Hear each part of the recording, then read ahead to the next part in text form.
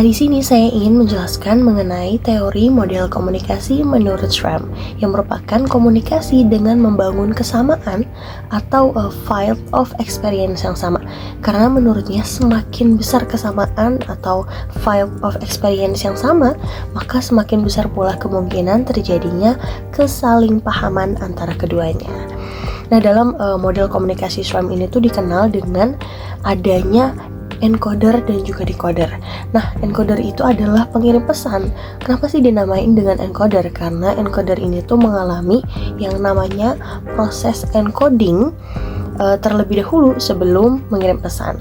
Terus juga ada yang namanya decoder yang dimana dikenal yaitu sebagai penerima pesan dan akan mengalami proses decoding saat menerima pesan.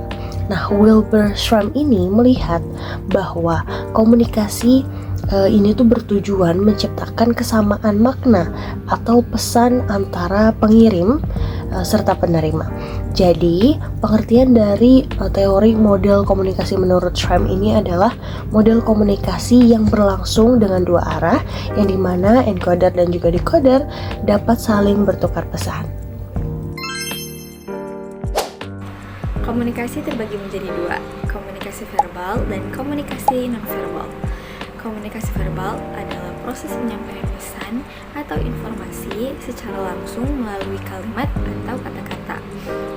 Komunikasi verbal digunakan secara lisan ataupun tulisan.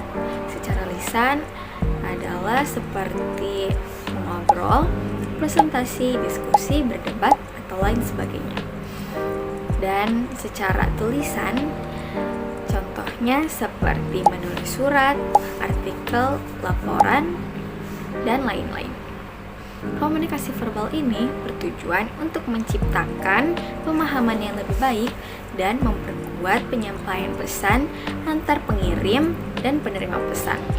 Komunikasi nonverbal merupakan bentuk komunikasi yang tidak menggunakan kata-kata melainkan melalui kayak ekspresi wajah, gerak tubuh, intonasi suara, terus kontak mata, postur tubuh, dan elemen nonverbal lainnya. Nah, komunikasi ini sering terjadi secara alami dan memiliki peran penting dalam menyampaikan emosi, sikap, serta maksud seseorang. Terus ada ciri-ciri komunikasi nonverbal. Yang pertama itu universal, jadi beberapa ekspresi nonverbal kayak senyum atau mengerutkan dahi itu dapat dimengerti di berbagai budaya. Yang kedua spontan, jadi seringkali dilakukan tanpa disadari. Terus yang ketiga ada pelengkap komunikasi verbal, jadi membantu memperjelas atau memperkuat pesan yang disampaikan secara lisan. Dan yang terakhir itu bisa sebagai pengganti kata-kata, kayak misalnya kita mau bilang iya dengan mengangguk dan menggelengkan kepala, menyatakan tidak, kayak gitu.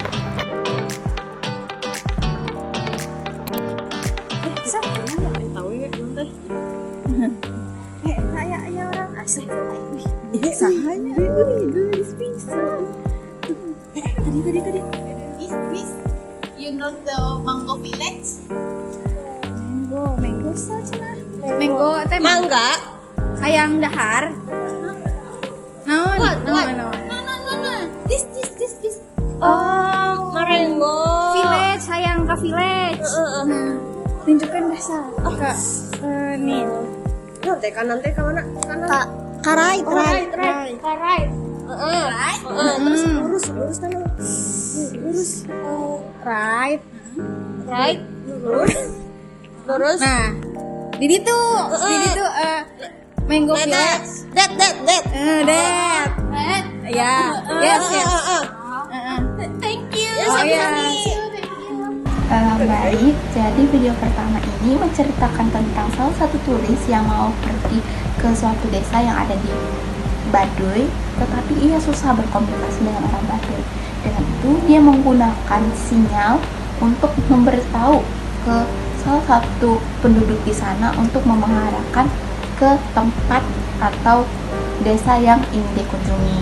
Nah, dari situ orang Baduy tersebut awalnya juga nggak mengerti nih bahasanya, tetapi dengan adanya komunikasi ini menggunakan elemen atau sinyal, jadi orang Baduy tersebut mengerti tujuannya mau kemana dan diarahi.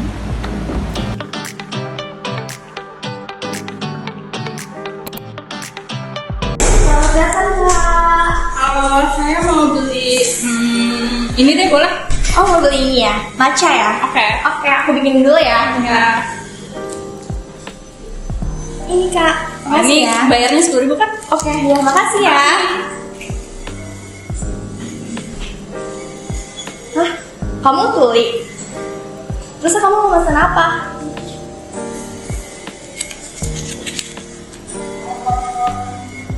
Ini.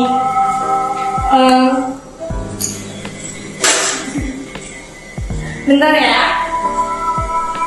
Ini? Oh, kamu mau pesen tumblernya? Oh, bentar ya. Yang ini ya? Oke. Kamu mau QRIS bayarnya? Oh, boleh, bisa kok.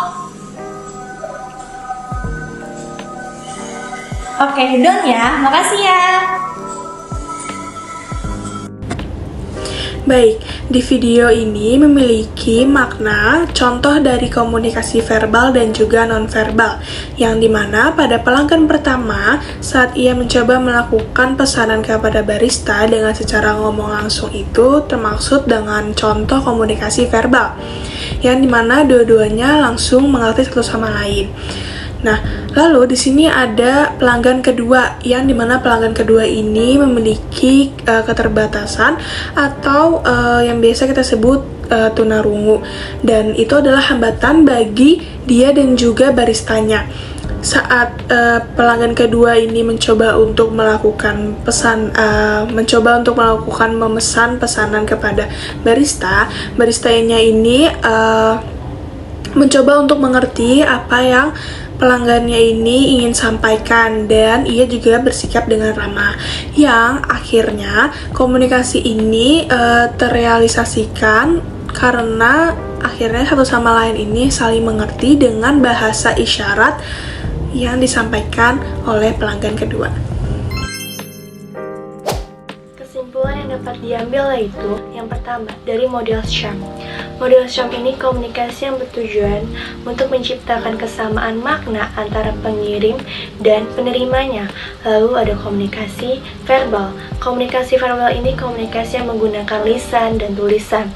Lalu juga ada komunikasi nonverbal. Komunikasi nonverbal ini komunikasi yang menggunakan gerakan tangan ataupun mimik wajah. Dari hal itu semualah terdapat di video yang telah kami buat. Lalu apakah ada pesan utama yang ingin kami sampaikan dari video yang telah kami buat? Pastinya ada. Pesannya yaitu sebuah perbedaan bahasa atau mengutarakan pesan lewat dari gerakan tangan itulah tidak menjadi hambatan penting utamanya untuk tidak saling mengerti satu sama lainnya. Karena dari perbedaan itulah yang membuat kita saling memahami. Karena juga setiap orang diciptakan tidak memiliki kesamaan yang sama, namun memiliki perbedaannya juga. Nah, oleh karena itu, kita sebagai manusia diciptakan untuk saling menghargai satu sama lainnya.